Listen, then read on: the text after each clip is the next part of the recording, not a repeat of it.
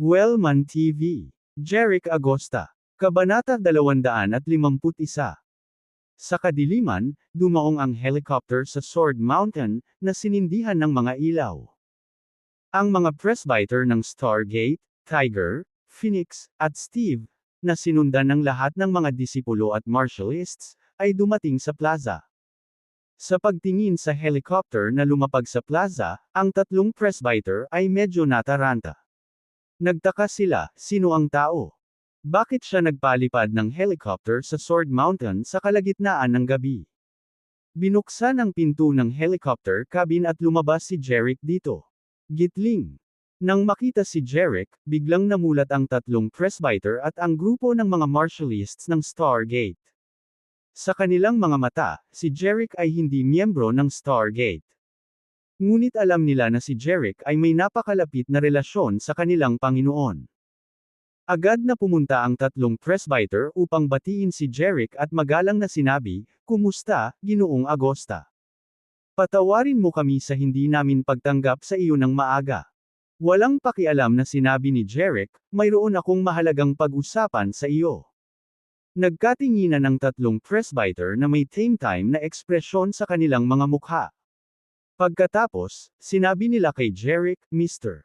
Agosta, mag-usap tayo sa Presbyter's Hall." Si Jeric ay may espesyal na pagkakakilanlan, at mayroon siyang mahalagang sasabihin sa kanila. Kaya naman, agad na inimbitahan ng tatlong presbyter si Jeric sa Presbyter's Hall para sa isang pahayag. Tumango si Jeric at sumunod sa kanila. Sa Presbyter's Hall. Maya-maya, nakarating na sila sa hall. Dahil mahalaga ang sasabihin ni Jeric, hindi lamang sarado ang pinto ng attic, ngunit walang mga alagad o martialists ang pinayagang makapasok sa loob o paligid ng gusali. "Pakiinom ng tsaa, Mr. Agosta." Nagtimpla ng kape ang Grand Elder Tiger para kay Jeric at magalang na sinabi sa kanya. Tumango si Jeric, kinuha ang kape, at humigop. Napatingin lahat sina Tiger, Phoenix, at Steve kay Jeric. Gusto nilang malaman kung ano ang sasabihin ni Jeric. Ibinaba ni Jeric ang tasa sa kanyang kamay, tumingin sa tatlong presbyter, at sinabi, "Nandito ako sa ngalan ng Master ng Stargate para sabihin sa iyo ang isang bagay." Nagmamadaling tanong ni Tiger, "Mr. Agosta, ano ang sinabi ng Master?" "Gusto ng iyong Master na sabihin ko sa iyo ang isang bagay, iyon ay, ang Stargate at Bladegate ay malapit ng bumuo ng isang alyansa at magsasama sa isa," mahinahong sabi ni Jeric. Gayunpaman, sa sandaling sinabi iyon ni Jeric, ang tatlong presbyter ay masyadong nabigla upang sabihin ang anuman. Ayon kay Jeric, nais ng kanilang amo na bumuo ng isang alyansa sa Bladegate at gawing isa ang dalawang sekta. Para lang itong kulog na bumulaga sa kanila. Matagal bago natauhan si Tiger. Pagkatapos ay tumingin siya kay Jeric at sinabing, "Mr. Agosta, hindi maliit na bagay ang alyansa. Ito ay may kaugnayan sa dalawang sekta. Kung maaari tayong bumuo ng isang alyansa o hindi ay maaari lamang ayusin pagkatapos ng seryosong talakayan. Kailangan nating tanungin ang ating Panginoon tungkol sa bagay na ito ng personal. Hindi na kailangang sabihin, ang alyansa sa pagitan ng dalawang sekta ay isang malaking bagay." Hindi pa rin makapaniwala si Tiger sa sinabi ni Jeric. Kaya naman, sinadya niyang tanungin ang amo tungkol dito. Pagkatapos ay kinuha ni Tiger ang kanyang mobile phone at tatawag na sana. Gayunpaman, sinabi ni Jeric sa kanya, "Grand Elder, hindi mo na kailangang tawagan ang Master. May importante siyang gagawin at hindi niya binubuksan ang phone niya." Gayunpaman, malinaw na gusto pa rin ng Tiger na subukan ito at i-dial ang numero ng Master. Pagkatapos tumawag si Tiger, isang prompt ang tumunog mula sa kabilang dulo ng linya. "Paumanhin, naka-off ang numerong na-dial mo. Pakisubukang muli mamaya." Bahagyang kumunat ang noo ni Tiger, ibinaba ang telepono, at sinulyapan si Jeric. Ngunit sa kanyang pagtataka, tama si Jeric. Naka-off talaga ang phone ni Master. Naturally, hindi kilala ni Tiger si Jeric, na nakatayo sa harapan niya, ay talagang Black Eagle Master ng Stargate. Dahil dumating si Jeric sa Stargate, walang dahilan para iwan niya ang kanyang telepono. Kung binuksan niya ang kanyang telepono, ang kanyang pagkakakilanlan ay madaling ma-expose kung tinawagan siya ni Tiger. Tumingin si Jeric kay Tiger at sinabing, hindi na makakabalik ngayon si Black Eagle Master dahil sa isang emergency, kaya hiniling niya sa akin na maghatid ng mensahe sa iyo sa ngalan niya. Sinabi niya na bukas ay ang araw ng alyansa sa pagitan ng Stargate at Blade Gate. Tiger, Phoenix, gusto ng iyong Panginoon na pamunuan ninyong dalawa ang 50 Martialists sa Blade Gate para dumalo sa seremonya ng alyansa, habang si Steve at ang iba pang mga disipulo ay nananatili upang bantayan ang sekta. Dadalo ang Black Eagle Master sa seremonya ng alyansa sa oras bukas ng tanghali. Matapos marinig ang sinabi ni Jeric, wala nang pagdududa ang tatlong presbyter. Ito ay dahil hiniling sa kanila ng Black Eagle Master na pangunahan ang lahat ng elite martialists sa Stargate sa lugar ng Wyatt upang iligtas si Jeric. Mula doon, makikita kung gaano kalapit si Jeric at ang kanilang amo. Bilang karagdagan, ang lahat ng ito ay naging makatwiran pagkatapos sabihin ni Jeric na ang Master ay hindi maaaring dumating sa oras na ito dahil sa isang emergency.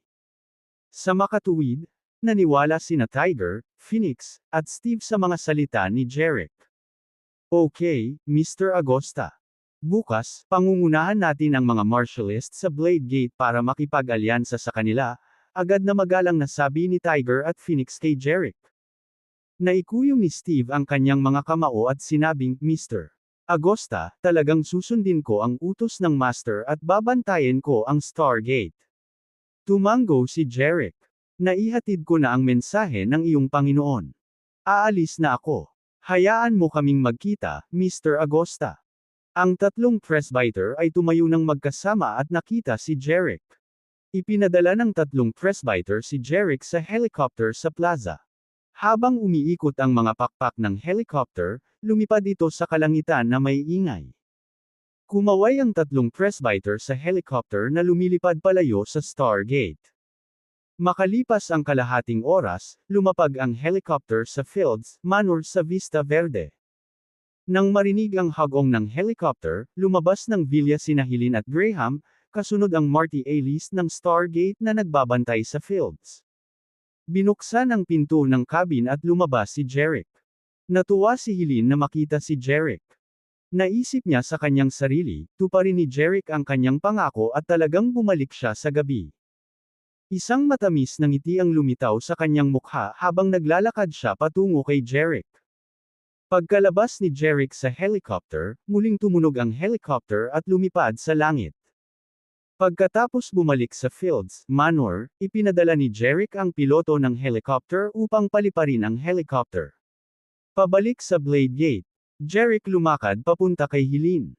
Nang malapit na siya, hinagis ni Helene ang sarili sa kinaroroonan ni Jeric. Mga armas. Dahan-daang ipinulupot ni Jeric ang kanyang braso sa kanyang mga balikat.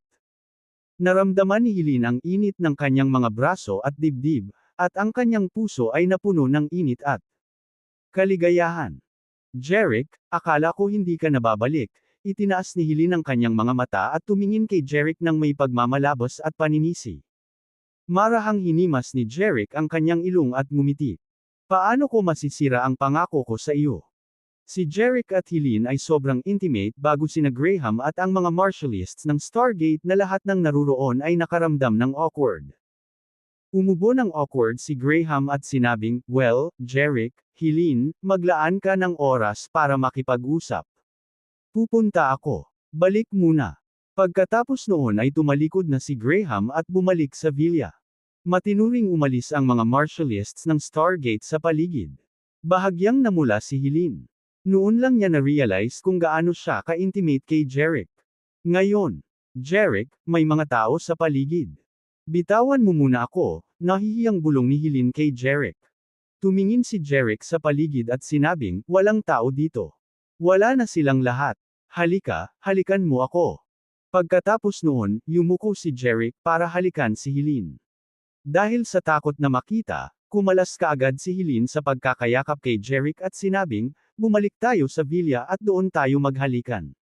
Pagkatapos noon, tumakas siya sa isang villa.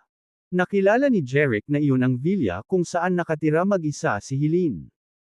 Pagkatapos, na may makahulugang ngiti sa kanyang mukha, pumasok siya sa villa. Noong gabing iyon, bilog at maganda ang buwan. Kabanata 252.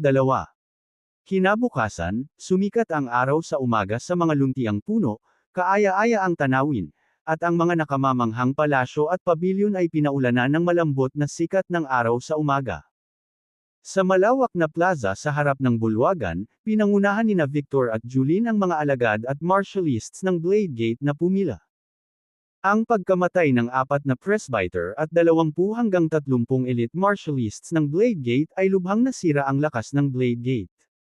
Ngunit sa mga tuntunin ng mga tao, marami pa rin sila sa Blade Gate. Ngunit alam din ni Victor na pagkatapos mawala ang mga piling puwersang ito, ang Blade Gate ay magiging pangalawa sa mga sekta sa Oakhaven. Gayunpaman, nasa napipintong panganib ang Blade Gate. Sa malapit na hinaharap, ang ikatlo at ika-4 na pinakamalaking sekta sa Oakhaven ay tiyak na haamon sa Blade Gate na makipagkumpetensya para sa posisyon ng pangalawang pinakamalaking sekta sa Oakhaven. Gayunpaman, kung ang Blade Gate ay maaaring makipag-alyansa sa Stargate, ang Blade Gate ay hindi kailangang mag-alala tungkol sa pagkawala ng lugar ng pangalawang pinakamalaking sekta sa Oakhaven. Napatingin si Victor sa tarangkahan ng Blade Gate na may matinding pag-asa. Kagabi, sumakay si Jeric ng helicopter papuntang Stargate at kalaunan sa Fields Manor. Sa wakas, bumalik ang helicopter sa Blade Gate, at iniulat ito ng piloto kay Victor. Ngayon, ang mga presbyter sa Stargate ay manggaguna sa mga martialists upang bumuo ng isang alyansa sa Blade Gate, at pinuno ng Stargate, ang Black Eagle Master ay darating din sa oras upang dumalo sa seremonya ng alyansa. Mabagal na lumipas ang oras. Habang nag-aalalang naghihintay si Victor ay bigla na lang siyang nakarinig ng mabibilis na yabag. Pagkatapos, 2 martialists ng Blade Gate ang mabilis na tumakbo mula sa gate. Sumigaw sila kay Victor mula sa malayo, "Guro, pinangunahan ng dakila at pangalawang presbyter ang 12-dosenang martialists dito upang bumuo ng isang alyansa sa Blade Gate." Nang marinig ito, nagliwanag ang mukha nina Victor at Julene. Sa tuwa, maging ang 3 hanggang 400 disipulo sa liwasan ay labis na natuwa. Ang Grand Elder Tiger at pangalawang presbyter Phoenix mula sa Stargate, ay humantong sa 12-dosenang mga martialists sa Grand Elder at hindi nagtagal ay nakarating sa plaza. Inakay ni Victor ang kanyang anak na babae, si Julene, upang lumakad at salubungin sila. Sumilay ang ngiti sa mukha ni Victor. Itinaas niya ang kanyang mga kamao kay Tiger at Phoenix at sinabing, "Lubos akong ikinararangal na makilala kayong 2 presbyter mula sa Stargate dito.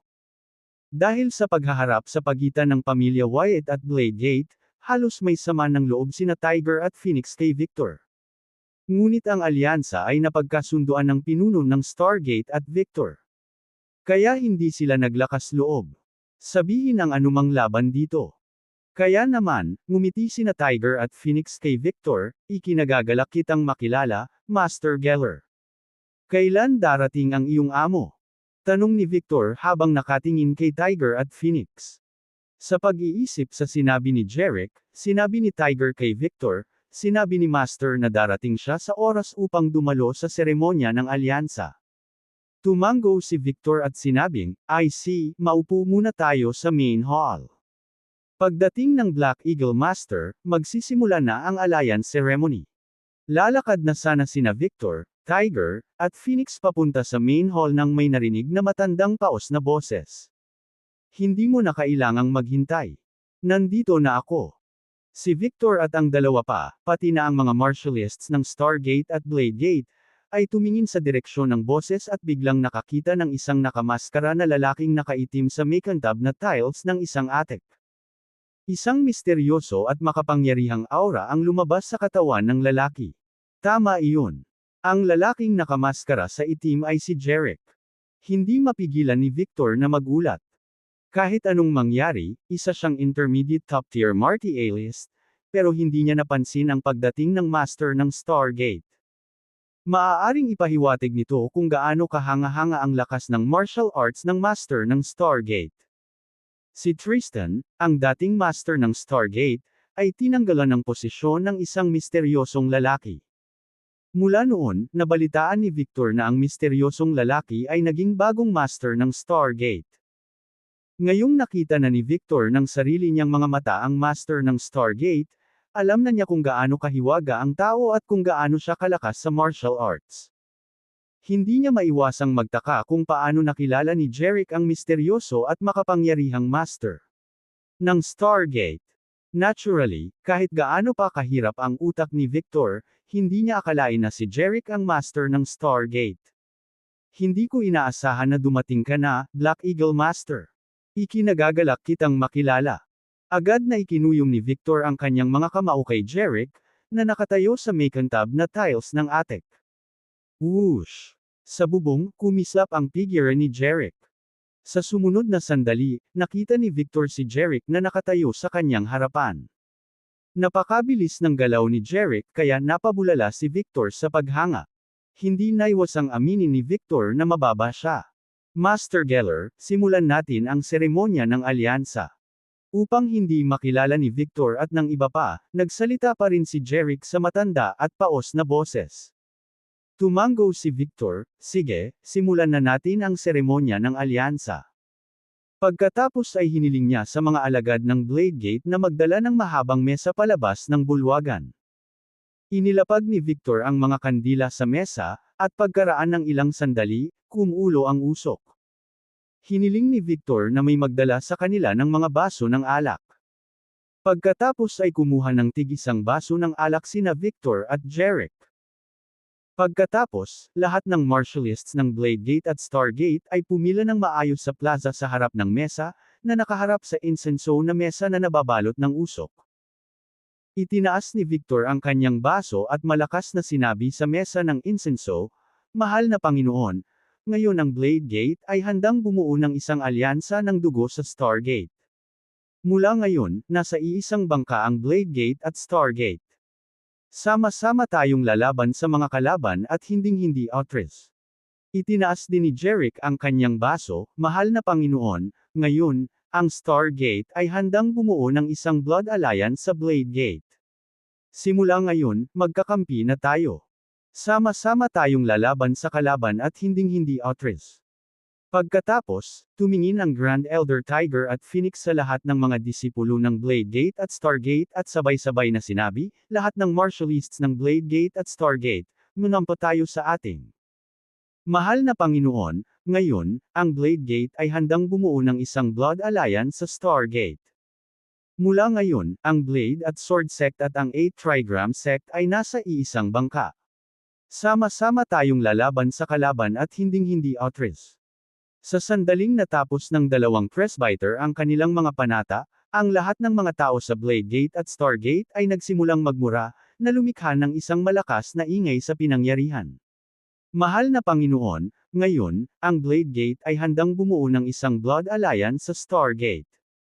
Mula ngayon, ang Blade at Sword Sect at ang 8 Trigram Sect ay nasa iisang bangka. Sama-sama tayong lalaban sa kalaban at hinding-hindi outres." Ang panunumpa ay umalangaw sa pagitan ng mga palasyo at bulwagan ng Blade Gate sa mahabang panahon. Nakakabingi ang tunog at marilag ang eksena. Kinapa ni Victor at Jerick ang kanilang mga baso at ininom ang alak sa isang lagok. Pagkatapos nito, binasag nila ng husto sa lupa ang walang laman na baso, at pagkatapos ay nagkapira-piraso ang mga baso ng alak. Black Eagle Master, mula ngayon, ang Blade Gate at Stargate ay magsasama sa isang sekta at haharapin ang mga problema ng magkasama. Tayong dalawang sekta ay magtatanggol sa isa't isa sa tuwing magkagulo ang alinmang sekta. Maliwanag at puno ng kabayanihan ang mga mata ni Victor. Tumango si Jerick kay Victor. "Okay, mula ngayon, ang ating dalawang sekta ay magdadaan sa hirap at ginhawa. Tigre, Phoenix, pati na rin ang lahat ng martialists ng Blade Gate at Stargate sa plaza, lahat ay nagtaas ng kanilang mga braso at sumigaw, sa hirap at ginhawang magkasama. Sabay tayong dadaan sa hirap at ginhawa." Panay ang tunog ng mga boses ng pagmumura. Ang mga sigawan ay muling umalangaw sa buong Blade Gate, na nagpasigla sa kanilang lahat. Matapos tumahimik ang mga sigawan, sinabi ni Jerick kay Victor, "Mr. Geller, kumpleto na ang ating alyansa. May kailangan akong harapin at kailangan ko nang umalis. Dahil doon, umihip ang hangin, at nawala si Jerick sa matatayog na puno sa bundok. Medyo matagal bago natauhan si Victor. Hindi niya maiwasang may bulalas na talagang walang kapantay ang galaw at lakas ng martial arts ng Black Eagle Master. Siya ay dumating at umalis ng walang bakas.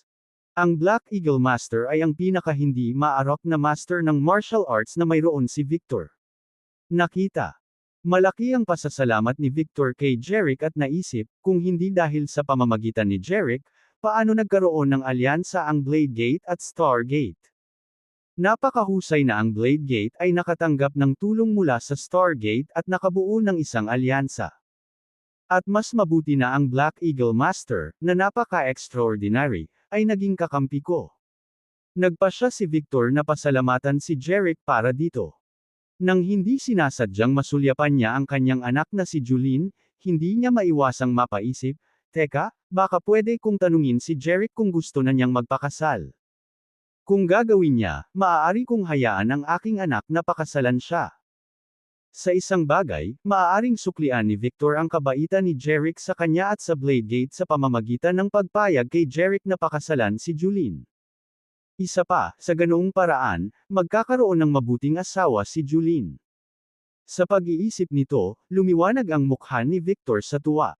Kabanata 253. Nang maglaon, umalis si Jerick sa Mount Swords at bumalik sa Vista Verde.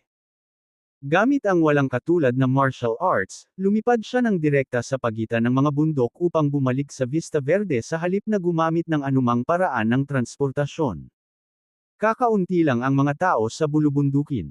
Kaya, habang lumilipad si Jerick, hindi siya natatakot na matuklasan.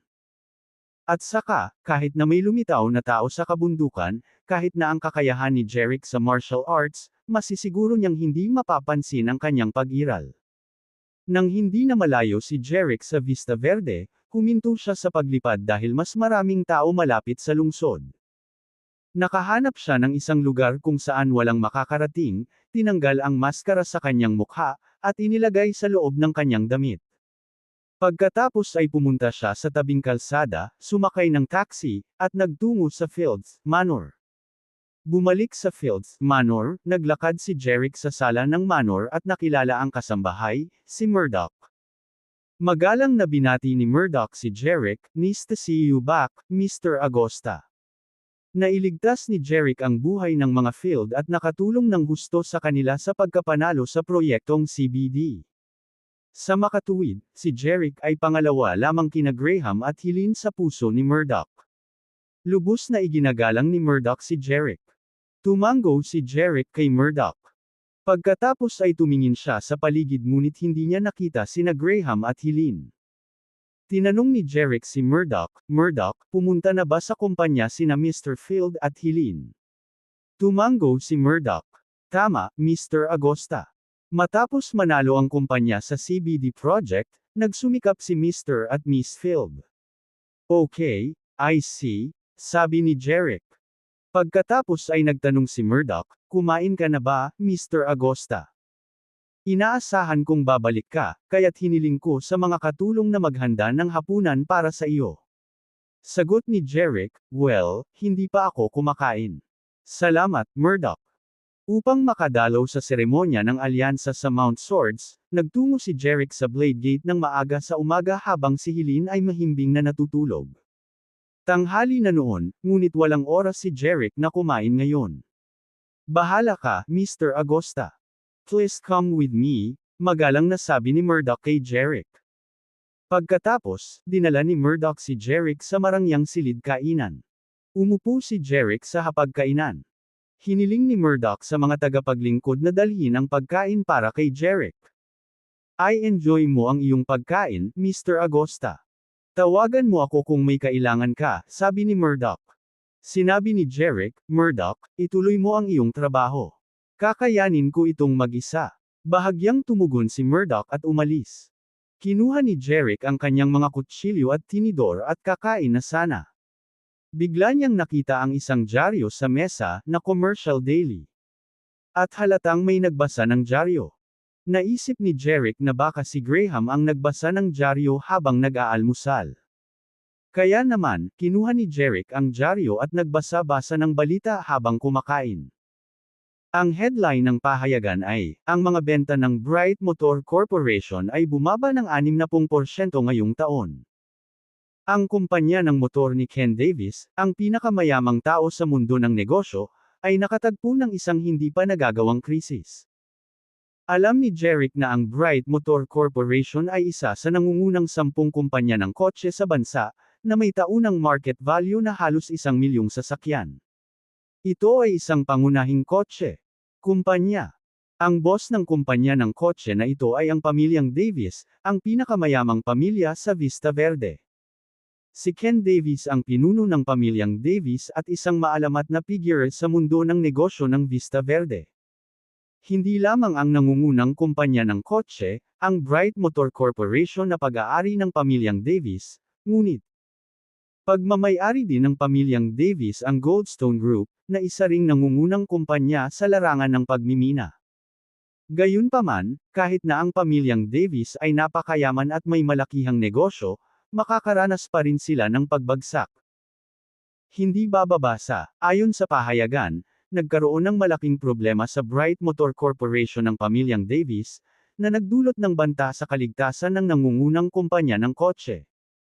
Binasa ni Jeric ang pagsusuri sa pahayagan na nagpapaliwanag kung bakit bumaba ng husto ang benta ng Bright Motor Corporation. Ang pangunahing dahilan ay ang kompetisyon sa pagitan ng mga negosyo ng kotse ay masyadong mabangis, na lubhang nabawasan ang mga benta ng Bright Motor Corporation. Siyempre, ito ay isa lamang sa mga dahilan na naging sanhi ng pagbagsak ng mga benta ng Bright Motor Corporation. Ang pinakamahalagang dahilan ay ang Bright Motor Corporation ay hindi nakasabay sa mga development vehicle na gumagamit ng bagong enerhiya. Bilang resulta, ang Bright Motor Corporation ay nakatagpo ng isang pagkabigo sa merkado. Gayunpaman, isa lamang itong malaking problema sa negosyo para sa pinakamayamang pamilya, ang pamilyang Davis sa Vista Verde. Wala itong kinalaman kay Jeric. Kaya ibinaba ni Jeric ang dyaryo at tinuon ang atensyon sa pagkain. Sa araw na ito, walang magawa si Jeric, kaya nanatili siya sa villa ng Fields para magpahinga. Tutal, masigasig ang pakikipagtalik niya kina Julene at Helene noong nakaraang araw. Ito ay kinakailangan upang bumuo ng kanyang lakas. Matapos matulog sa hindi malamang panahon, bigla niyang naamoy ang halimuyak ng babae. Ang halimuyak ay napaka-pamilyar para kay Jeric. Naalala niya agad ang bango ni Helene kagabi. Binuksan ni Jeric ang kanyang mga mata at nakita si Helene na nakaupo sa tabi ng kama. Ang kanyang mahaba at malambot na buhok ay nakakalat sa kanyang mga balikat. Maganda at maliwanag ang mga mata ni Helene. Tumingin siya kay Jeric na may matangkad na ngiti. Mukha niya, gising ka na. Ang kanyang mahabang buhok ay bumagsak mula sa kanyang ulo at dumampi sa mukha ni Jeric. Gumalaw ang dulo ng kanyang buhok at naging sanhi ng pangangati ng mukha ni Jeric. Nakaramdam din si Jeric ng Katie sa kanyang puso. Napatingin siya sa mga ilaw sa kwarto at alam niyang gabi na. Sigurado si Jeric na si Helene ay nakabalik mula sa trabaho at pumunta sa kanyang silid. Tumango siya kay Helene. Gising na ako. Tapos ka na sa trabaho, di ba? Habang nagsasalita siya ay napaupo na siya. Oo, kakabalik ko lang.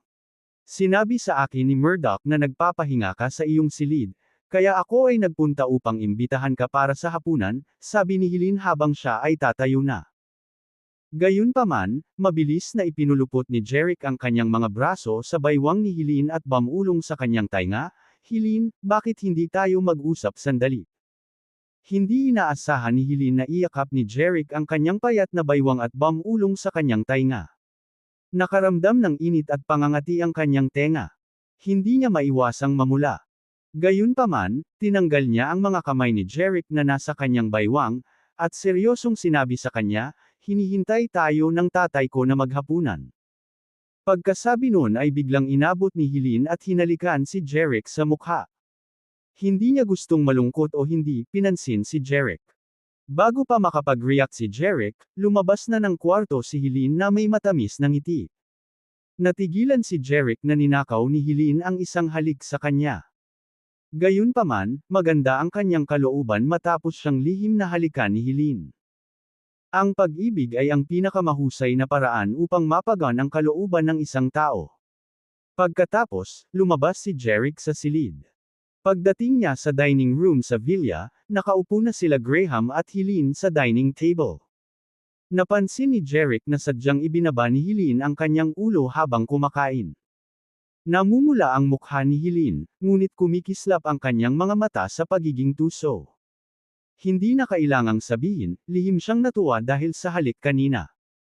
Sa puntong ito, naisip ni Jerick sa kanyang sarili, dahil nang ahas kang halikan ako ng palihim, Helene, hintayin mo ang aking libu-libong beses na paghihiganti.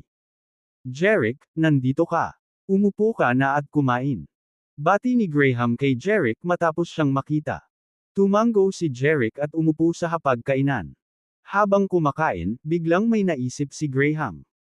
Tumingin siya kay Jerick at sinabing, Jerick, alam mo ba ang tungkol sa krisis sa pananalapi ng Bright Motor Corporation, na pag-aari ng pamilyang Davis, ang pinakamayamang pamilya sa Vista Verde? Tumango si Jerick. Nabasa ko ang balita. Nagpatuloy si Graham, ito ay isang napakahalagang bahagi ng negosyo ng pamilyang Davis. Nagpasya si Ken Davis na iligtas ang Bright Motor Corporation at handa siyang ibenta ang mga bahagi ng minahan ng ginto na nagkakahalaga ng daan-daang bilyon sa ilalim ng Goldstone Group. Natigilan si Jerick. Gusto ng pamilyang Davis na ibenta ang kanilang mga bahagi sa minahan ng ginto. Kabanata 254. Matapos ibaba ang tasa ng kape, tumingin siya kay Harrison at sinabing, Harrison, bagamat may malaking problema sa operasyon ng Bright Motor Corporation, hindi pa tuluyang bumagsak ang Davis Group. Hanggat nalaman mo kung ano ang problema, ang Davis Group ay maaaring makabalik. Tatay, ako ay nakatuon sa pagpapalawak ng sukat, pagkuha ng mas maraming bahagi sa merkado, at pagbabawas ng mga presyo ng aming mga produkto, ngunit hindi ko pinansin ang tunay na pangunahing punto. Hindi ko pinabilis ang pag-upgrade ng teknolohiya at pagbabago, at ang kumpanya ay malinaw na nahuhulog sa pag-unlad ng bagong enerhiya. Kaya lang bumagsak ang benta ng Bright Motor Corporation, sabi ni Harrison sa kanyang ama. Tumango si Ken at sinabing, dahil alam natin kung ano ang problema, mag-concentrate tayo sa pangangalap ng mga mapagkukunan at pagpapabuti ng teknolohiya. Kapag ang tamang diskarte ay pinagtibay, ang Bright Motor Corporation ay makakaalis sa krisis sa madaling panahon. Ang mga salita ni Ken ay nagpalakas ng kumpiyansa ni Harrison. Alam ni Harrison na hindi siya kalaban ng kanyang ama sa harap ng panganib. Kahit na siya ay CEO na ng Bright Motor Corporation at may magandang reputasyon sa mundo ng negosyo. Gayunpaman, ang kanyang mga kakayahan ay walang alinlangan na mas mababa kaysa sa kanyang ama. Ang ama ni Harrison, si Ken, ay nagtayo ng kanyang negosyo mula sa simula at dumaan sa hindi mabilang na mga pagsubok at paghihirap. Pagkatapos ng lahat ng paghihirap, sa wakas ay itinatag ni Ken ang Goldstone Group na may market value na daan-daang bilyong dolyar, at ang Bright Motor Corporation, na isang higanteng kumpanya ng kotse na may market value na 10 bilyon. Pagkatapos nito, ang pamilyang Davis ay naging pinakamayamang pamilya sa Vista Verde sa isang iglap. Hindi natitinag ang katayuan ni Ken sa mundo ng negosyo ng Vista Verde. Katulad ngayon, dahil sa maling diskarte sa operasyon, naging sanhi ng pagkawala ng halos 2 bilyong dolyar ng Bright Motor Corporation ang Bright Motor Corporation. Bilang resulta, ang operasyon ng Bright Motor Corporation ay nasa napipintong panganib. Gayunpaman, kahit nasa harap ng isang malaking krisis, ang ilang mga salita ni Ken ay nakatulong kay Harrison na makabangon mula sa pag-urong at mabawi ang kanyang kumpiyansa. Ganyan ang kakayahan ni Ken. Si Ken ay may malawak na pag-iisip at malawak na pananaw na hindi maihahambing ng maraming higanti sa negosyo. Walang kahirapan na maaaring magpatambas sa kanya. Kahit na nasa malaking problema ang Bright Motor Corporation, nakikita pa rin ni Harrison ang magiliw na ngiti sa mukha ni Ken. Dad, alam ko. Hindi dapat ako nababaon sa magulong emosyon. Dapat ay iniisip ko kung paano ililigtas ang kumpanya, tumingin si Harrison sa kanyang ama at sinabing nagniningning ang mga mata. Sumili ang ngiti sa mukha ni Ken. Sa wakas naisip mo na rin. Ganito dapat ang pamilya Davis. Maging confident ka. Pagkatapos, nagpatuloy siya, dahil gusto nating iligtas ang Bright Motor Corporation, bukod sa nangangailangan ng malaking pera para sa produksyon, kailangan din nating mag-invest ng malaking halaga para mapabilis ang innovation at technical upgrade ng ating mga produkto. Kung hindi tayo tumutok sa pananaliksik at inobasyon at makikipag-ugnay sa ibang mga kumpanya ng kotse, gaano man karaming pera ang ipinuhunan natin, hindi natin maibabalik ang sitwasyon at itigil ang krisis. Tay, matututo ako sa leksyon at madaragdagan ang puhunan ko sa inobasyon ng mga produkto.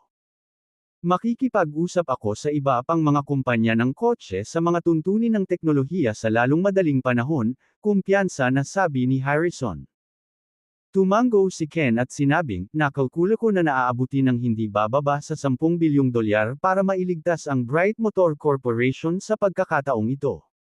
Nagpasya akong ibenta ang kalahati ng mga bahagi ng Davis Group sa ilalim ng Goldstone Group. Pagkatapos ay maaari nating gamitin ang kalahati ng mga pagbabahagi upang ipagpalit ng 10 bilyong dolyar upang iligtas ang Bright Motor Corporation upang ito ay mabuhay muli at magpatuloy sa pag-unlad. Parehong nagulat sina Harrison at Caleb. Tatay, sigurado ka bang ibebenta mo ang kalahati ng mga bahagi ng Davis Group sa ilalim ng Goldstone Group? Tinitigan ni Harrison si Ken at gulat na tanong. May magiliw pa ring ngiti sa labi si Ken. Bagaman kailangan kong ibenta ang kalahati ng bahagi ng minahan ng ginto, sulit ito. Paano maihahambing ang mga ore sa mga high-tech na produkto ng kumpanya ng kotse? Ito rin ang dahilan kung bakit gusto kong ibenta ang kalahati ng shares ng minahan ng ginto para maisalba ang Bright Motor Corporation. Ano pa, kahit na ibenta namin ang kalahati ng mga bahagi, mayroon pa rin kaming kalahati ng mga pagbabahagi, na maaari pa ring magdala sa amin ng maraming kita. Parehong naunawaan ito ngayon nina Harrison at Caleb. Kasabay nito, labis silang humanga sa tapang at pangitain ni Ken. Lolo, kanino mo ibebenta ang kalahating bahagi ng minahan ng ginto? Hindi maiwasang magtanong ni Caleb. Sabi ni Ken, napakalaki ng kita ng minahan ng ginto. Maraming malalaking kumpanya ang gustong bumili ng shares. Nagpadala ako ng mga imbitasyon sa nangungunang 10 mayayamang pamilya sa Vista Verde. Bukod dito, nag-imbita ako ng maraming malalaking multinational na grupo sa Vista Verde na dumalo. Kahit na ano, ibebenta ko ang mga share sa pinakamataas na presyo. Tumango sina Harrison at Caleb bilang pagsang-ayon. Nang maglaon, naglabas si Ken ng mga imbitasyon sa nangungunang 10 pinakamayayamang pamilya at multinational na grupo na may kapangyarihang bumili ng mga stock share.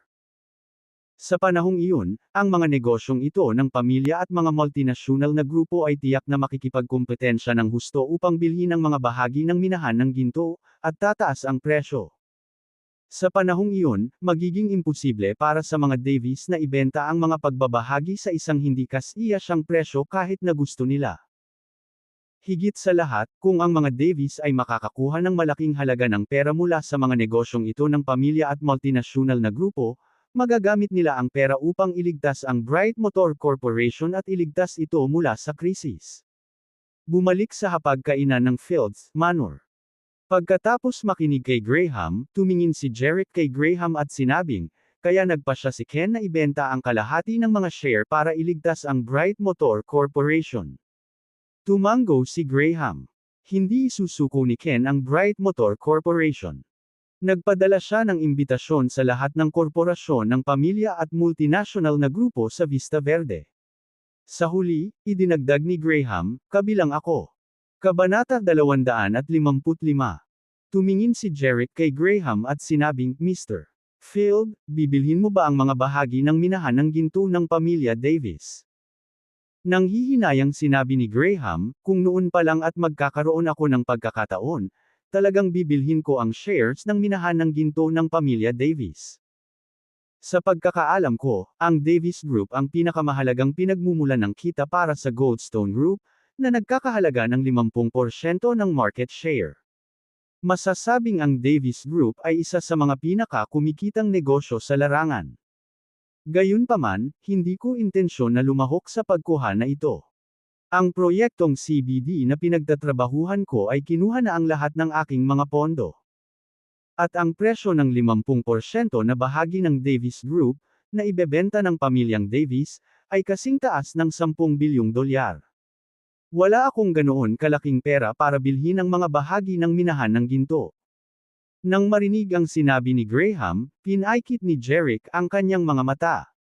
Agad siyang nakakita ng minahan na ilang daang kilometro ang layo. May mga ilaw sa lahat ng dako sa minahan sa gabi, pati na rin ang dagandong ng mga makina.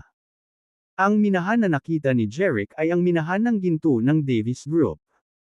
Gayunpaman, ang binibigyang pansin ni Jerick ay hindi ang abalang trabaho sa minahan, ngunit ang tiyak na kondisyon at kapasidad ng mga mapagkukunan sa minahan. Sa sandaling naisip niya ito. Sa isang iglap, nakita ni Jerick sa kanyang mga mata ng Diyos na may mga gintong ore sa minahan. Napakarami sa kanila at halos natakpan ng mga gintong ores ang buong bulubundukin. Siyempre, ang mga gintong ores ay matatagpuan sa loob ng bulubundukin at sa ilalim ng lupa, hindi nakalantad sa labas.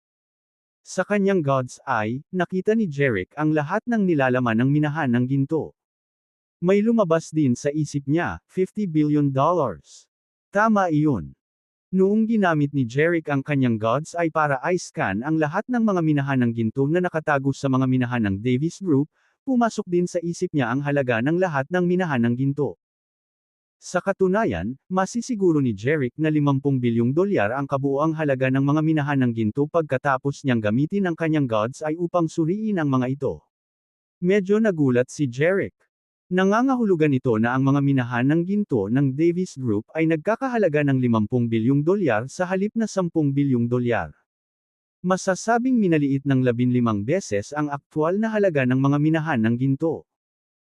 Ang pamilyang Davis ay nagplano na ibenta ang kalahati ng mga bahagi ng minahan ng ginto, na ang aktwal na halaga ay 25 bilyong dolyar sa halip na 10 bilyong dolyar. Masasabing ang sinumang bumili ng 50% ng mga bahagi ng mga minahan ng ginto ng Davis Group ay makakakuha ng magandang bargain. Pinaikit ni Jerick ang kanyang mga mata at ibinalik ang tingin sa restaurant sa harap ng kanyang mga mata mula sa mga minahan ng ginto na daan-daang milya ang layo. Pagkatapos, sinabi ni Jerick kay Graham, Mr. Field, na pagpasyahan kong bilhin ang mga bahagi ng minahan ng ginto ng Davis Group. Nang marinig iyon, kapwa natigilan sina Graham at Helene at napatitig sa mukha ni Jerick. Nagulat sila dahil hindi nila inaasahan na magiging interesado si Jerick sa pagbili ng ginto. Mga minahan. Ang mas ikinagulat nila ay ang katotohanan na si Jerick ay gumastos na ng 5 bilyong dolyar sa bid para sa CBD project ng Horizon Group.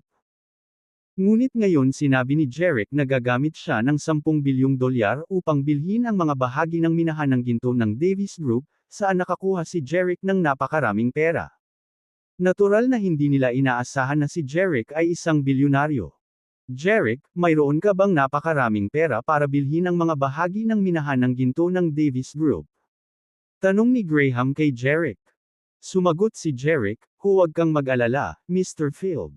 Mag-iisip ako ng paraan para masolusyonan ang problemang pinansyal.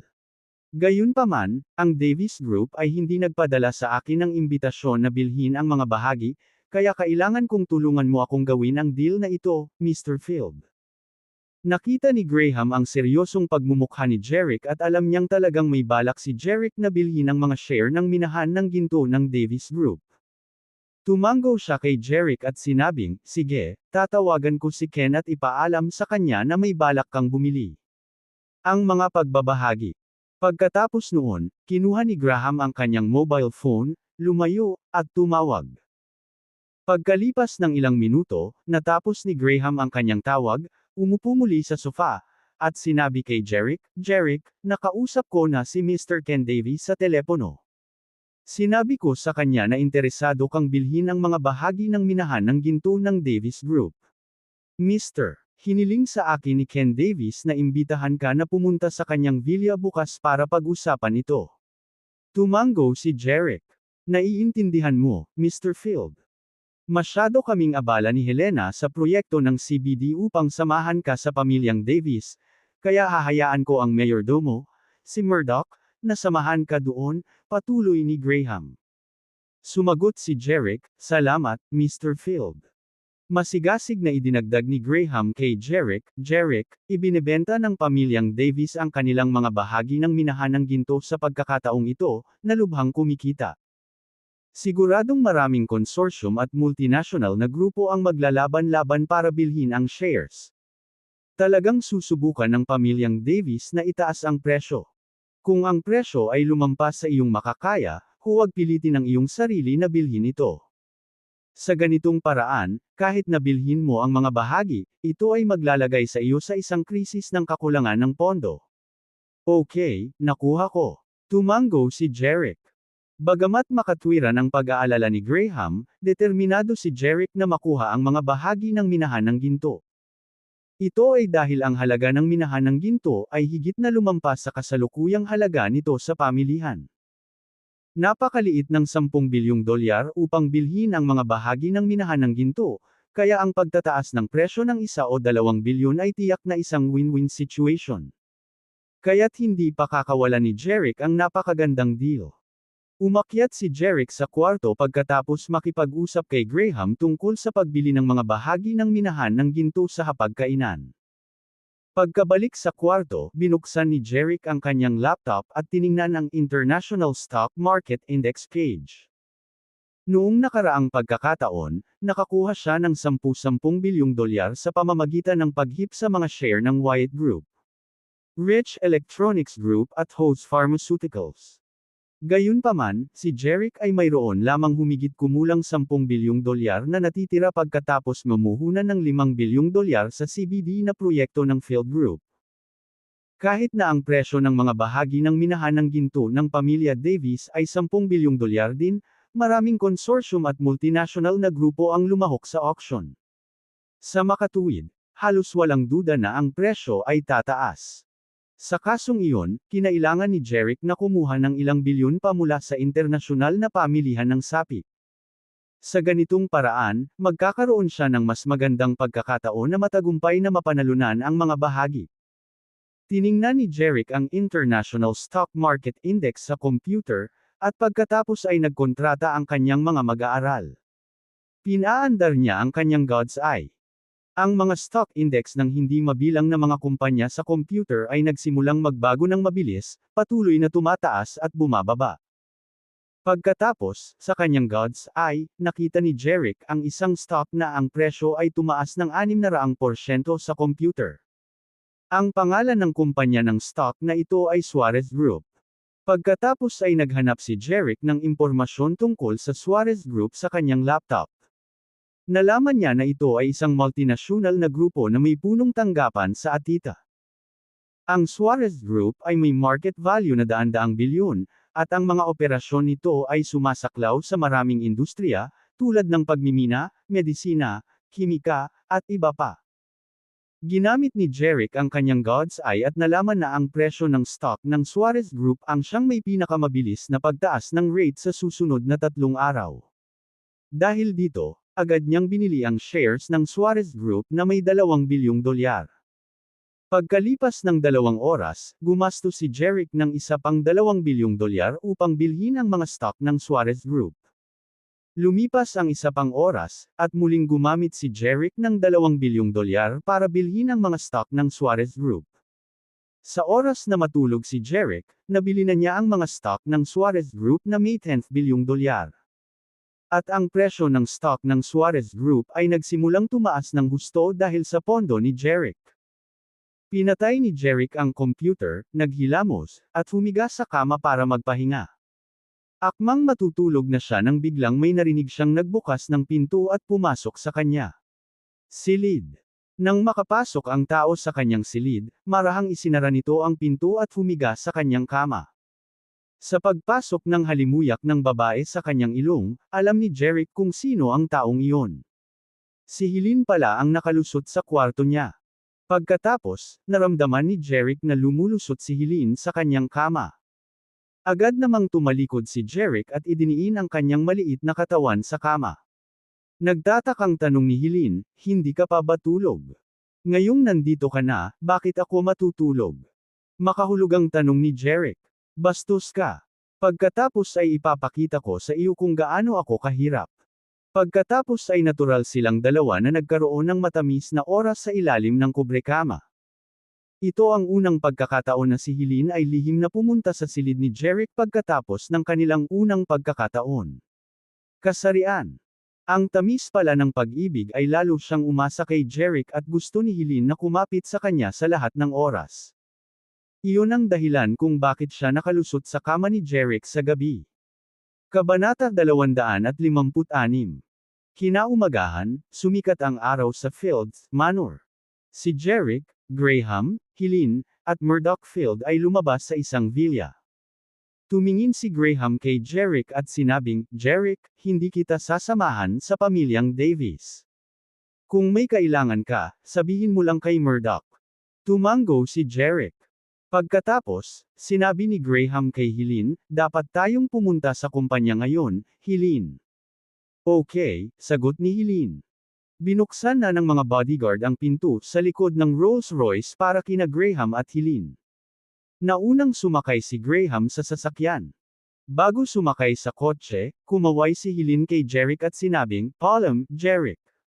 Nais kong tagumpay ka. Tumango si Jeric sa kanya. Sige, sumakay ka na sa kotse. Saka lang pumasok si Helene sa kotse. Pagkatapos ay isinara ng bodyguard ang pinto ng Rolls-Royce. Pagkatapos, sa ilalim ng proteksyon ng mga kotse ng dalawang bodyguard, umalis sina Graham Field at Helene Field sa manor sa Rolls-Royce.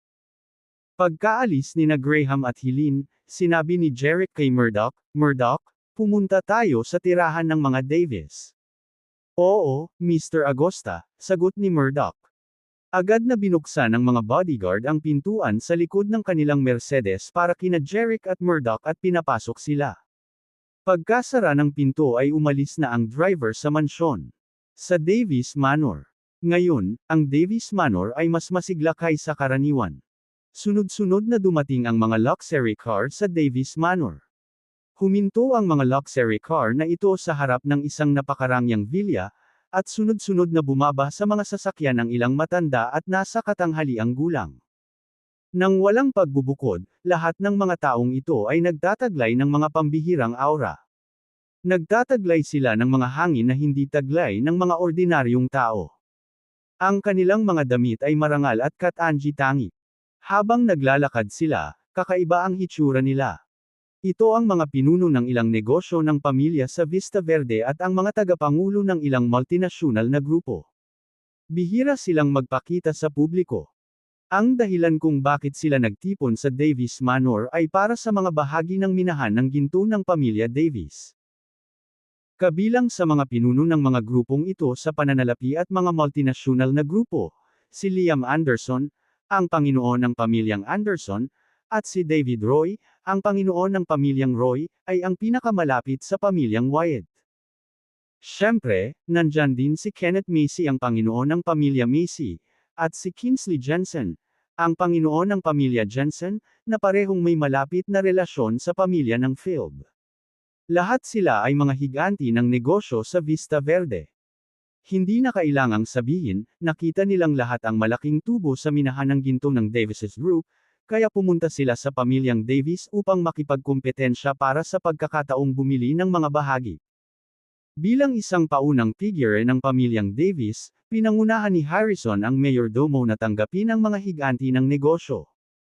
Minamahal naming mga kasosyo sa negosyo, ikinararangal namin kayong narito. Welcome! Lahat ng may-ari ng mga financial group at multinational na grupo ay nagsabi, "Nice to see you, Mr. Harrison Davies." Nakangiting itinuro ni Harrison ang villa at sinabing, "Mga guro, pasok na tayo at maupo sa villa." Tumango ang lahat at papasok na sana sa villa kasama si Harrison.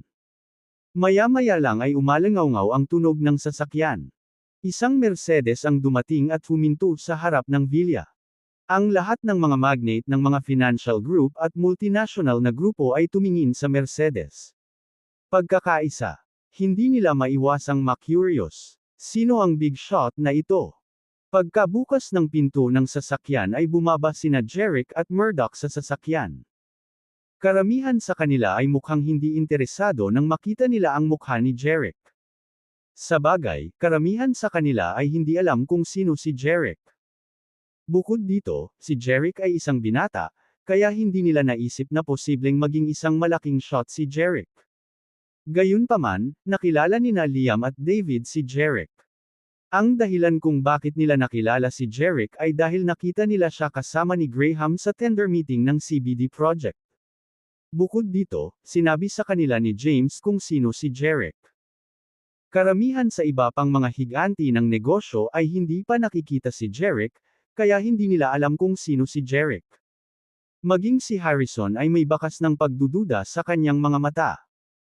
Hindi niya maiwasang mag-isip, narito rin ba ang mga kabataang ito para bumili ng shares ng aming minahan ng ginto? Pagkatapos ay napansin ni Harrison si Murdoch, na nakatayo sa tabi ni Jerick, at naisip, pinadala ba ni Graham ang binata dito upang talakayin ang pagkuha ng mga bahagi ng minahan ng ginto? Mr. Harrison Davis, ito si G. Jerick Agosta. Ipinakilala siya dito ni Mr. Field. Humakbang si Murdoch at magalang na ipinakilala si Jerick kay Harrison. Noon lamang napagtanto ni Harrison at ng iba pa na kamag-anak si Jerick sa pamilya ng Field. Kaya, tahimik nilang tinanggap na si Jerick ay ipinadala ng pamilya Field upang kumatawan sa kanila upang bumili ng mga bahagi ng minahan ng ginto ng pamilya Davis. Welcome, Mr. Agosta, bati ni Harrison kay Jerick. Sumagot si Jerick, salamat, Mr. Davis. Pagkatapos, sinundan ni Jerick at ng iba pa si Harrison sa villa. Matapos makaupo sa sala ng villa, hiniling ni Harrison sa mga katulong na ihain ng kape sa mga bisita. Pagkatapos ng kape ay uminom muna sila ng kape at nagkwentuhan sandali. Mula sa kanilang pag-uusap, nakuha ni Jerick ang isang magaspang na pag-unawa sa kanilang mga pagkakakilanlan. Bukod sa mga matatanda mula sa mga negosyo ng pamilya sa Vista Verde, si Jerick ay higit na nag-aalala tungkol sa isang matandang nakasuot ng itim na suit. Ang matanda ay nasa edad na 60. Maayos at malinis ang kanyang damit, at may kakaibang itim na balbas sa kanyang labi. Ito ay isang tipikal na hitsura ng isang atitan. Ang matanda ay tila napakahusay-mannered, na may ngiti sa kanyang mukha. Magalang siyang nagsalita at napakaseryoso kapag nakikinig sa mga salita ng iba. At gusto niyang tumango paminsan-minsan. Gayunpaman, hindi ito ang pinakamahalagang dahilan kung bakit nakaakit ng labis na atensyon ang matanda mula kay Jerick. Ang dahilan kung bakit binigyang pansin ni Jerick ang matanda ay dahil ang pangalan ng lalaki ay Kenji Suarez. Gaya ng inaasahan, ang matanda ay isang atitan. Bukod dito, siya ang presidente ng multinational group, Suarez Group. Hindi inaasahan ni Jerick na makikita ang chairman ng Suarez Group sa tirahan ng Davis. Kagabi, gumastos siya ng malaking pera para makabili ng shares ng Suarez Group. Pagkatapos lamang ng isang gabi, nakita ni Jerick ang may-ari ng multinational group na ito. Sobrang nagkataon lang.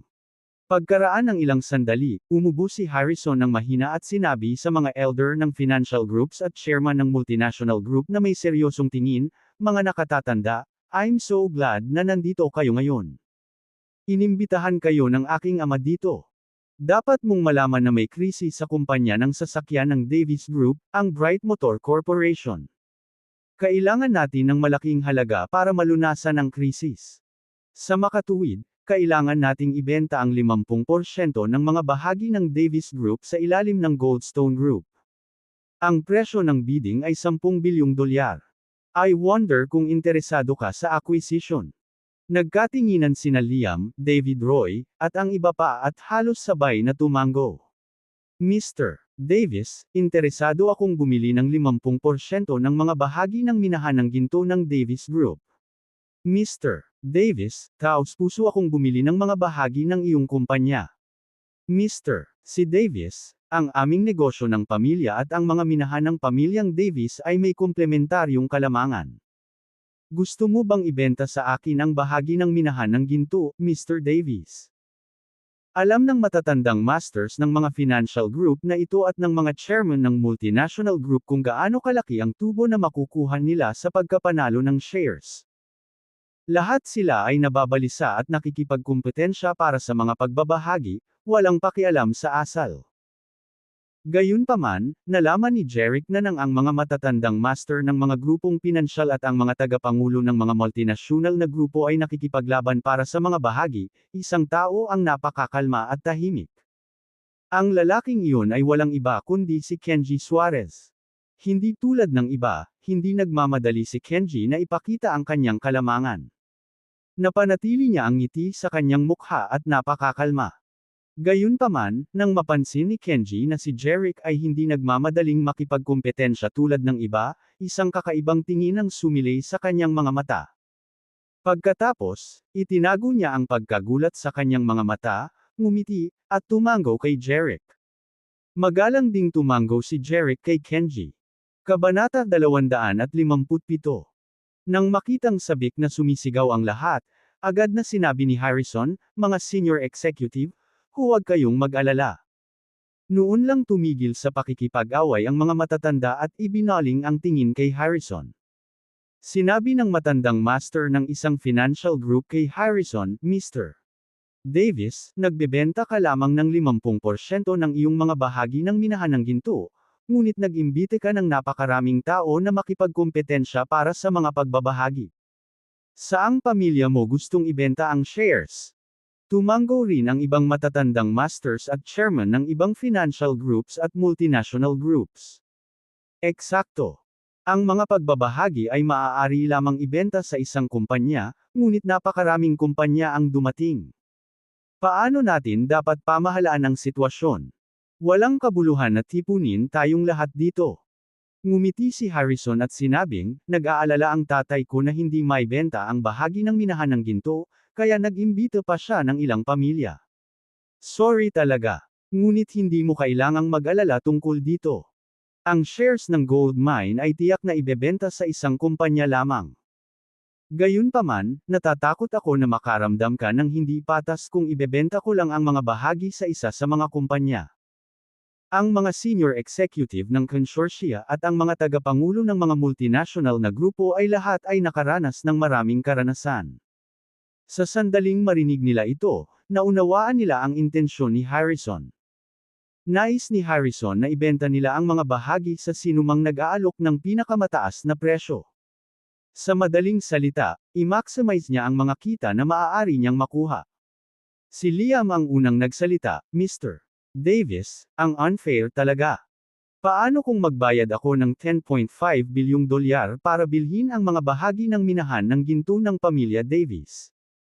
Gayunpaman, sa sandaling matapos siyang magsalita, isa pang matandang lalaki ang nagsabi, Liam, bibilhin ko ang mga bahagi ng minahan ng ginto na may $11 bilyong. Mas mabuting umalis ka na.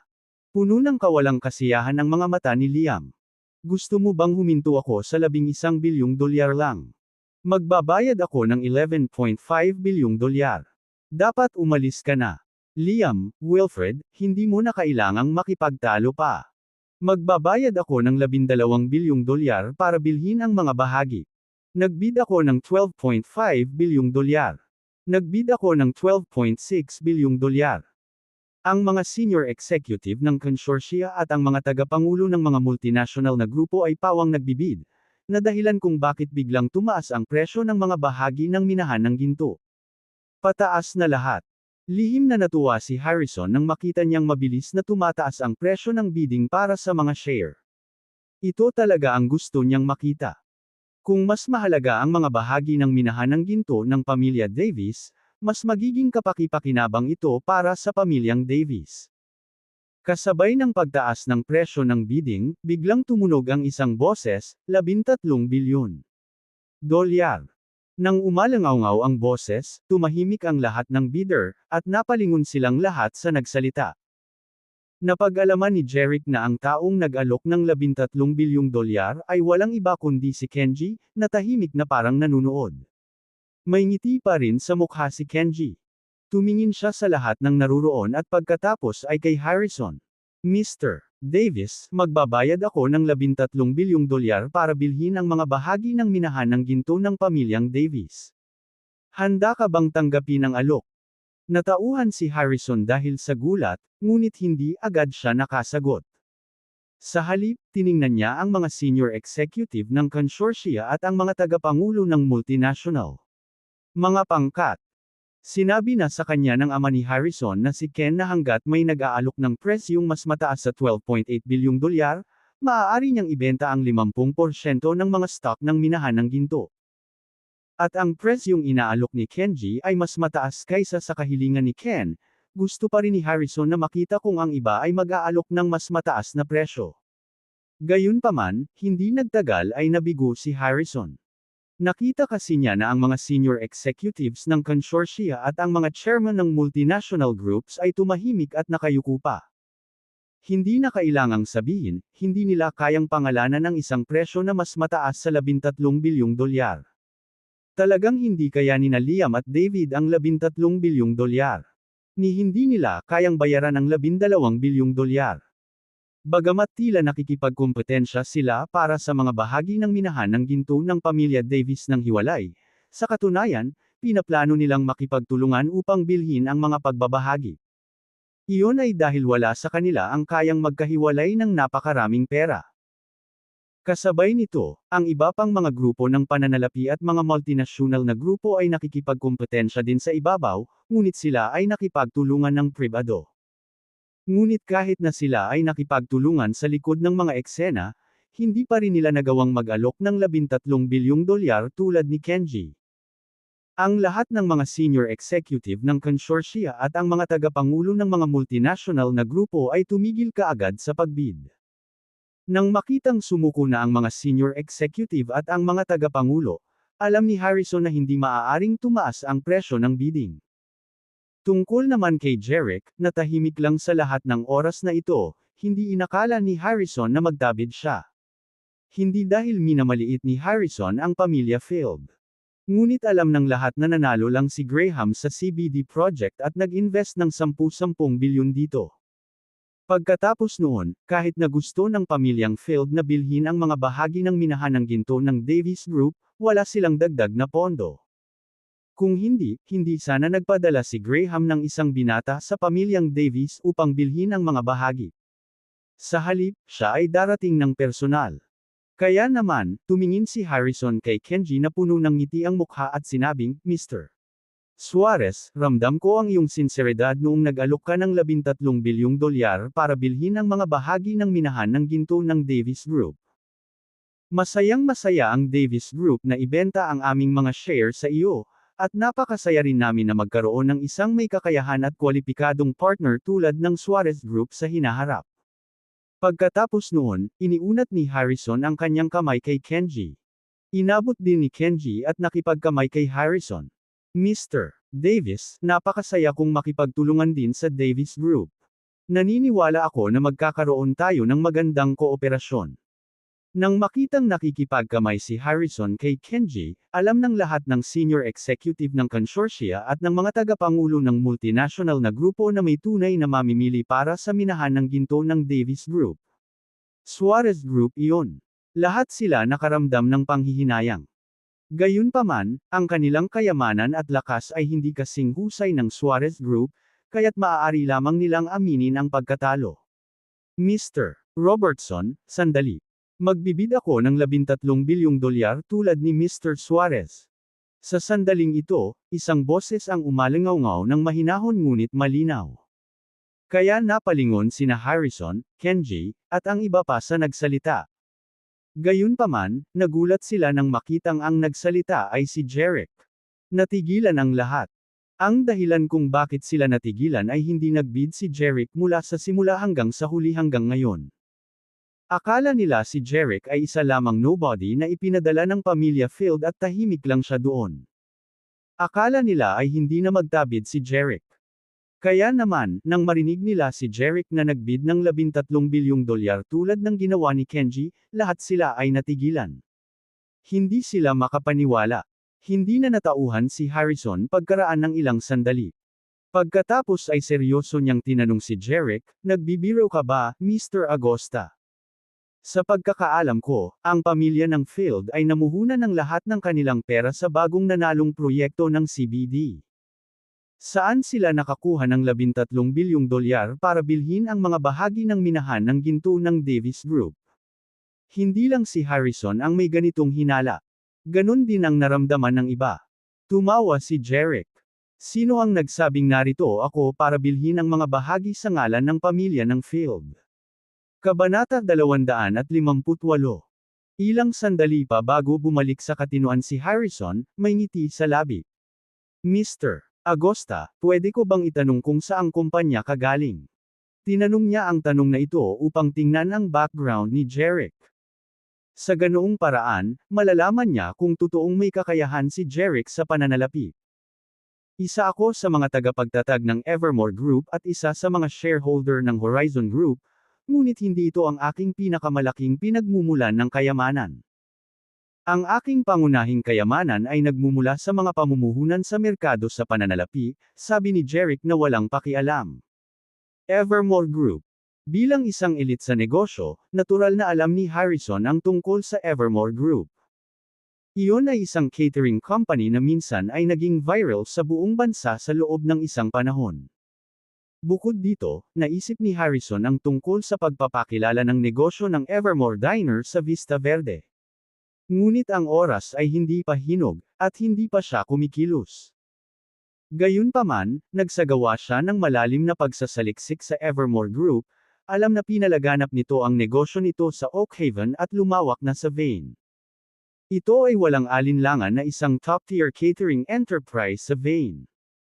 Ang performance at market value ng Evermore Group ay nasa isang mabilis na yugto ng paglago. Hindi inaasahan ni Harrison na si Jeric ay isa sa mga tagapagtatag ng Evermore Group. Ang mas nakakagulat ay isa rin si Jeric sa mga shareholder ng Horizon Group. Sa pagkakaalam niya, ang shares ng Horizon Group ay marahil ang pinakamahirap makuha sa top 10 consortia. Sa hindi inaasahan, si Jeric ay naging isa sa mga shareholder ng Horizon Group. Tila pambihira ang kakayahan ni Jeric sa pananalapi. Kung hindi siya magiging shareholder ng Horizon Group. Bukod dito, sinabi ni Jeric na ang Evermore Group at Horizon Group ay hindi ang kanyang pangunahing pinagmumulan ng kayamanan. Ang kanyang kayamanan ay nagmula sa mga pamumuhunan sa merkado ng pananalapi. Dahil dito, lalong naging misteryoso si Harrison kay Jeric. Ang kakayahang mag-alok ng $13 bilyong upang makuha ang mga bahagi ng minahan ng ginto ng Davis Group, ito ay dapat na isang mahiwagang financial tycoon sa financial market. Dahil isa siyang financial tycoon, natural na hindi siya magkukulang ng pera. Kaya naman, tumingin si Harrison kay Kenji at sinabing, Mr. Suarez, nag-aalok si Mr. Agosta ng $13 bilyong. Ito ang dahilan kung bakit hindi ako sigurado kung ibebenta ko ito sa iyo o kay Mr. Agosta. Pagkasabi nito, nagkunwaring nasa dilema si Harrison, kumunat ang kanyang mga kilay na para bang isang mahirap na desisyon ang gagawin. Gayunpaman, nagpakita ng magiliw ng ngiti si Kenji. Mr. Davis, alam kong umaasa ka na maitaas namin ang aming alok upang ang nag-aalok ng higit pa ay maaaring maging acquirer. Gayunpaman, $13 bilyong na ang pinakamataas na presyo na maiaalok ng Suarez Group. Anumang mas mataas ay lalampas sa pinakamataas na presyo na maaaring tanggapin ng Suarez Group, at ito ay magiging isang mabigat na pasanin para sa Suarez Group. Gusto nga ni Harrison na sugurin sina Jeric at Kenji. Gayunpaman, sapat na tuso si Kenji, hindi nahulog sa kanyang bitag. Sinabi rin ni Jeric, sang-ayon ako kay G. Suarez. $13 bilyong din ang pinakamataas kong alok.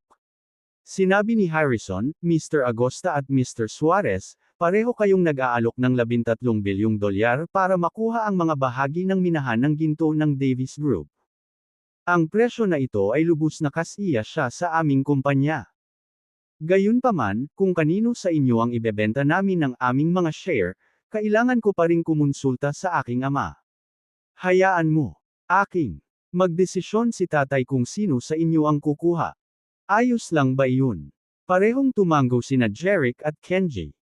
Pagkatapos, tumayo si Harrison at sinabi sa lahat, "Mga ginoo, mangyaring maghintay ng ilang sandali." Tumango ang mga senior executive ng consortia at chairman ng multinational groups. Pagkatapos ay umalis si Harrison sa villa. Pagkaalis ni Harrison, nakipagkamay kay Jeric ang mga hindi nakapansin sa presensya ni Jeric, ang mga senior executive ng consortia, at mga tagapangulo ng multinational groups, para makipagkilala. Ang dahilan kung bakit bigla nilang gustong makilala si Jeric ay dahil maaaring mag-alok si Jeric ng $13 bilyong upang makuha ang mga bahagi ng minahan ng ginto ng Davis Group. Ang gayong kakayahan sa pananalapi ay hindi pangkaraniwan sa mga mayayamang pamilya. Tulad ni Harrison, inisip nilang lahat na si Jeric ay maaaring isang misteryosong financial tycoon. Sa isa pang villa ng pamilya Davis, sa silid-aralan, si Ken Davis ay malayang nakahiga sa isang rattan chair. Sinabi ni Harrison sa kanyang ama ang tungkol kina Jeric at Kenji na bawat isa ay nag-aalok ng $13 bilyong upang makakuha ng mga bahagi ng minahan ng ginto. Matapos marinig ito, nag-isip si Ken.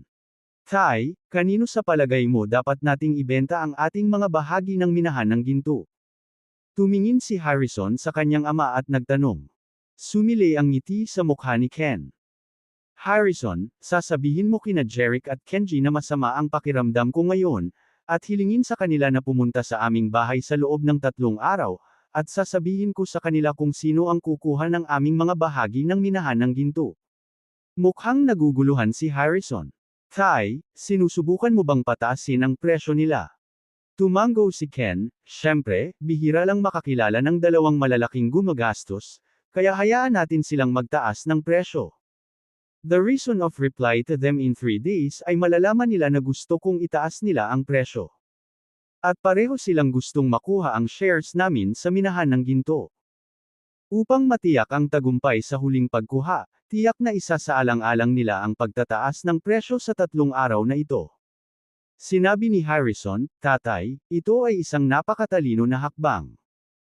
Ni hindi agad sumang-ayon sa kanila o tumatanggi sa kanila, ginagawa silang balisa, at tiyak na magtataas sila ng presyo sa huli. Tumango si Ken, "The harder it is to get, the more precious it appears." Sa loob ng 3 araw, itataas nila ang presyo upang makuha ang mga bahagi ng minahan ng ginto.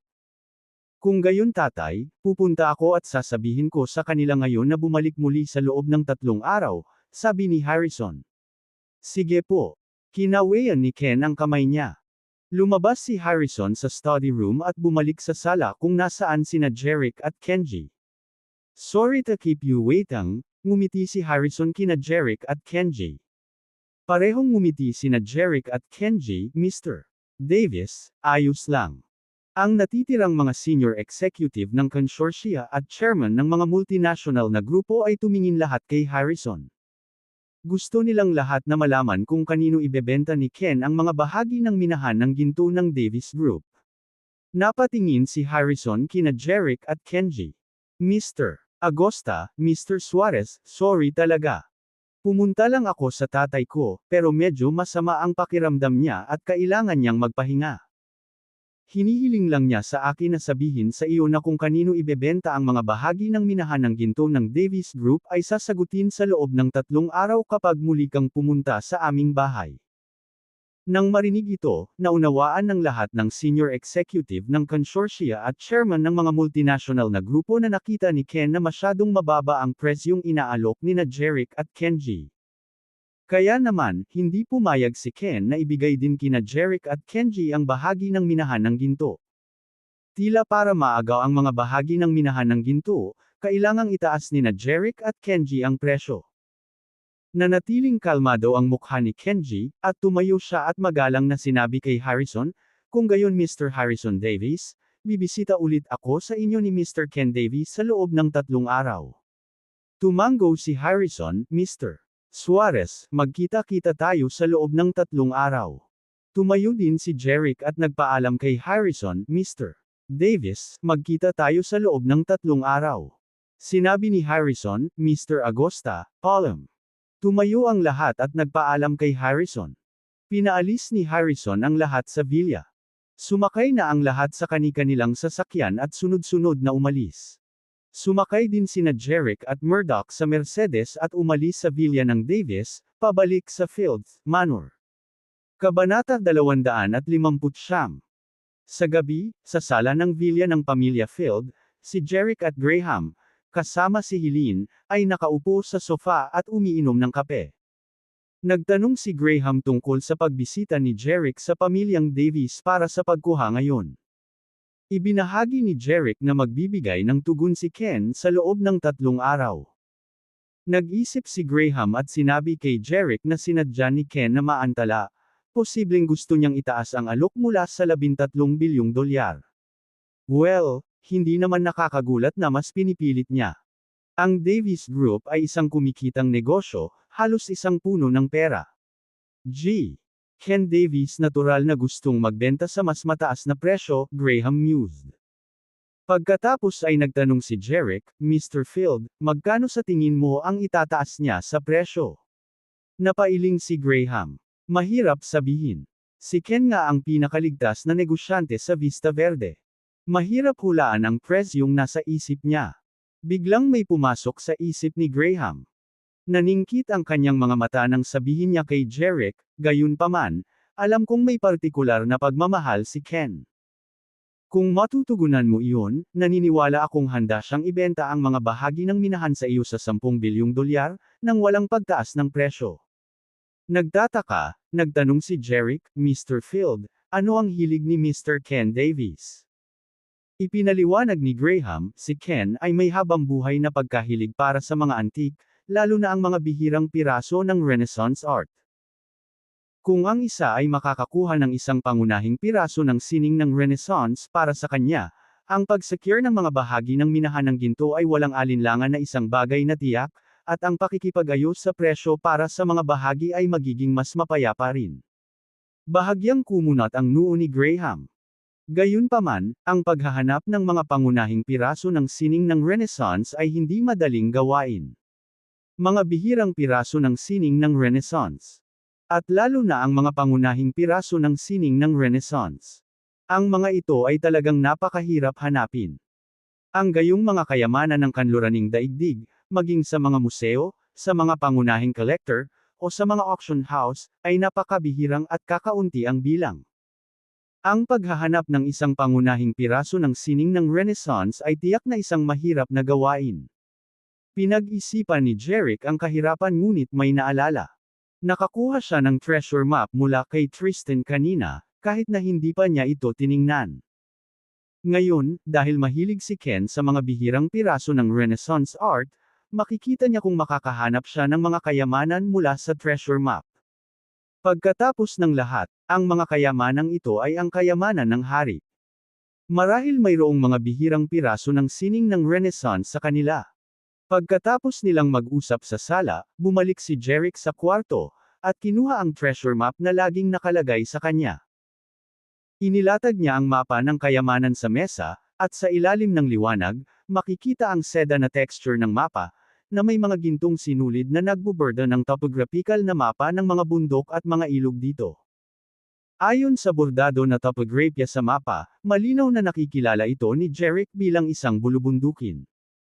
May mga maliliit na karakter na nakaburda sa mapa, 4 sa mga ito ay mukhang napakaluma, na ginagawang imposible para sa sinuman na makilala kung ano ang mga karakter. Habang siya ay nag-aalala tungkol dito, ang kanyang mga mag-aaral ay nagkontrata. Sa kanyang pagkamangha, ang 2 sinaunang salita sa mapa ay biglang naging 2 modernong salita, Dragonspire Mountains. Sa katunayan, ang mata ng Diyos ni Jerick ang maaaring magsalin ng sinaunang teksto sa makabagong teksto, isang natatanging kasanayan na siya lamang ang nagtataglay. Kaya habang ang mga sinaunang salita sa mapa ay nanatiling hindi nagbabago, ang nakita niya sa kanyang mata ng Diyos ay modernong teksto. Ito ay walang alinlangan na isa pang pagtuklas sa maraming mga kababalaghan ng kanyang mata ng Diyos. Nang makita ang mga salitang Dragonspire Mountain sa mapa, naisip ni Jerick ang malawak na Dragonspire Mountains na umaabot ng libu-libong milya sa buong Salisbury. May tatago kaya ang kayamanan ng hari sa Dragonspire Mountains. Ngunit ang Dragonspire Mountains ay umaabot ng libu-libong milya ang lapad. Saan kaya posibleng itago ang kayamanan ng hari? Di nagtagal, napansin ni Jeric sa mapa na sa gitnang lokasyon ng Dragonspire Mountains, mayroong isang tuktok na may berda na 6 na maliliit na salita sa sinaunang script. Ngunit sa ilalim ng God's Eye ni Jeric, agad silang naging modernong teksto, treasure location. Dragon Crest Peak. Dragon Crest Peak. Agad na hinanap ni Jeric ang kanyang telepono ngunit wala siyang nakitang Dragon Crest Peak sa Dragonspire Mountains. Mukhang malaki ang posibilidad na dahil sa paglipas ng panahon, nagbago ang ilan sa mga pangalan ng mga taluktok sa mapa. Ang Dragon Crest Peak sa mapa ay maaaring pinalitan ng pangalan. Ngunit saan ito pinalitan ng pangalan? Mahirap hanapin iyon. Sa mapa, bukod sa pagpahiwatig na ang Dragon Crest Peak ay tinatayang matatagpuan sa gitnang bahagi ng bulubundukin, wala nang karagdagang impormasyon. At sa gitnang bahagi ng Dragonspire Mountains, mayroong hindi mabilang na mga taluktok. Ang pagtukoy kung alin ang Dragon Crest Peak ay napakahirap. Kung ang Dragon Crest Peak ay hindi matagpuan, kung gayon ang King's Treasure ay hindi rin mahahanap. Sumandal si Jeric sa kanyang upuan, kumunat ang kanyang noo, at naisip niya, saan ba talaga sa mapa na ito ng Dragonspire Mountains ang Dragon Crest Peak? Habang sumasagi sa kanyang isipan ang ideyang ito, biglang nanghina ang kanyang mga mag-aaral.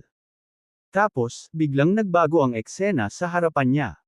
Nakita niya ang isang malayong teritoryo, kung saan ang buwan ay nakabitin ng mataas sa kalangitan, na nagpapaliwanag ng isang marilag na hanay ng bundok.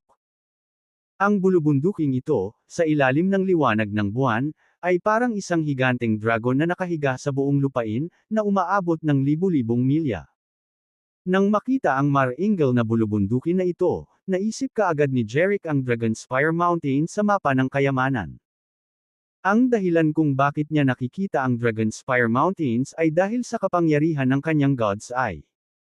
Dahil nakikita niya ang Dragonspire Mountains, makikita niya ang Dragon Crest Peak, at ang kinaroroonan ng kayamanan. Sa pag-iisip na ito, agad na lumitaw ang isang matayog na tuktok sa loob ng Dragonspire Mountains. Sa kanyang paningin. Pagkatapos, ang kanyang paningin ay nagsimulang mag-zoom ng mabilis patungo sa tuktok na ito. Biglang lumitaw ang rurok sa kanyang harapan, hindi mailarawan ang kadakilaan. Alam ni Jeric na ang peak na ito na makikita sa kanya ay Dragon Crest Peak. Pagkatapos, nakita ng kanyang tingin ang isang nakakasilaw na liwanag na nagmumula sa loob ng Dragon Crest Peak. Natigilan si Jeric, at naisip niya, maaaring ang kayamanan ng hari ay nakatago sa loob ng bundok. Sa pag-iisip na ito, natagpuan ni Jeric ang kanyang sarili na tila nasa loob ng bundok, sa loob ng isang napakalaking kuweba. Ang kuweba na ito ay sapat na lapad upang mapaunlakan ang daan-daang tao.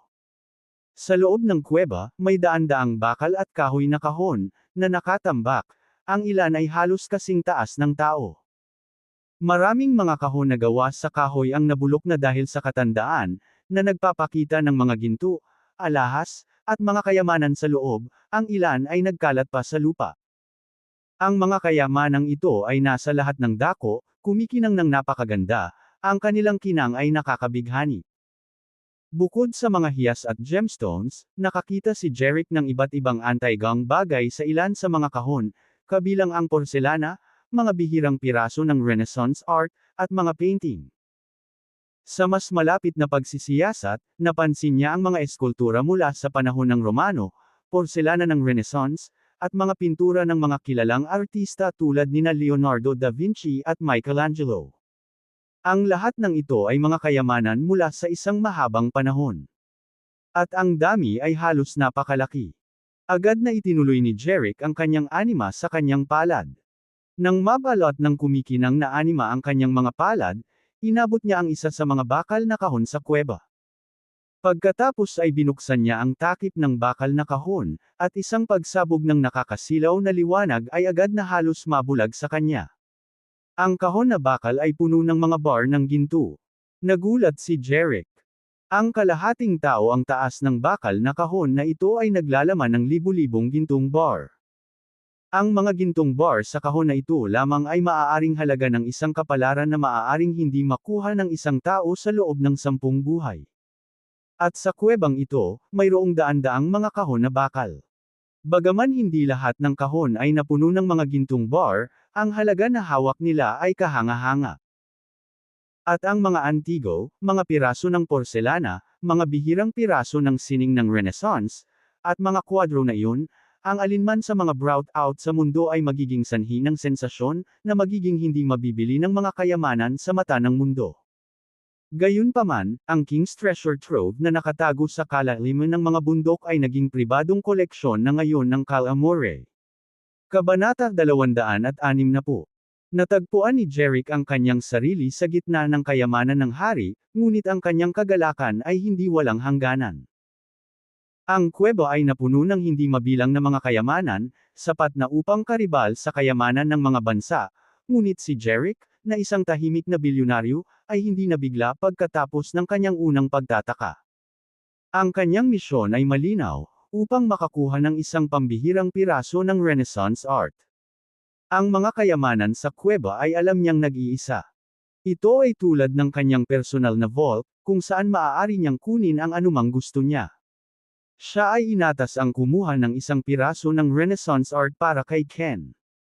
Kaya, lumapit si Jeric sa isang kahon na puno ng mga piraso ng sining ng Renaissance. Kinuha niya ang isa sa mga bihirang piraso ng Renaissance art. Ang piraso na ito, isang relic ng sinaunang craftsmanship, ay maganda ang disenyo na may kat-anji tanging detalye at eleganteng aesthetics. Nagtaglay ito ng marka ng isang kilalang panahon sa base nito. Ito ay talagang isang bihirang piraso ng Renaissance.